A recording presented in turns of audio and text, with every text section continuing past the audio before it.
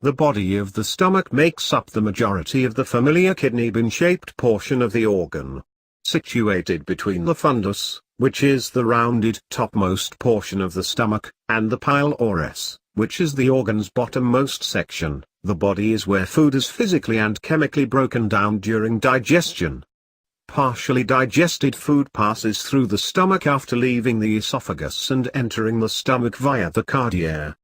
Broken down further to form a substance known as chyme, it exits the body by way of the pylorus, entering the small intestine.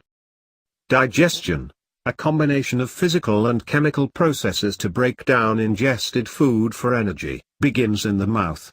Ingested food is broken down physically via mastication, or chewing, and chemically by enzymes in saliva. Upon swallowing, this mix of chewed food and saliva known as mousse is pushed through the esophagus by a series of smooth muscle contractions called peristalsis, carrying it to the stomach. It enters the stomach through an area beyond the esophageal sphincter called the cardia before being deposited into the stomach. The body is the large distensible space in which the next stage of digestion occurs. Two substances are released in the body of the stomach that further contribute to the chemical digestion of food.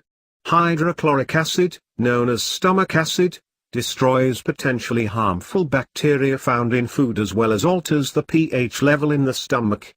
In doing so, it creates a more acidic environment that enables the second substance, protease, to do its job.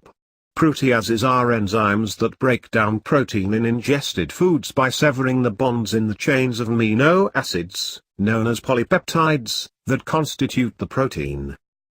Physical processes of digestion also take place in the body of the stomach. Contractions by smooth muscle in the wall of the stomach called the muscularis externi churn the food, acid, and enzymes around like clothing in a washing machine. This serves to better mix the food with the digestive substances as well as reduce its volume by releasing gases that accrue in the upper region of the stomach in a section known as the fundus. The fundus is separated from the body by an anatomical line extending laterally from the cardia to the opposite side of the stomach that is referred to as the antrum cardicum. Once the partially digested mass of food, now known as chyme, has been thoroughly mixed in the body of the stomach, it makes its way through the pyloric sphincter.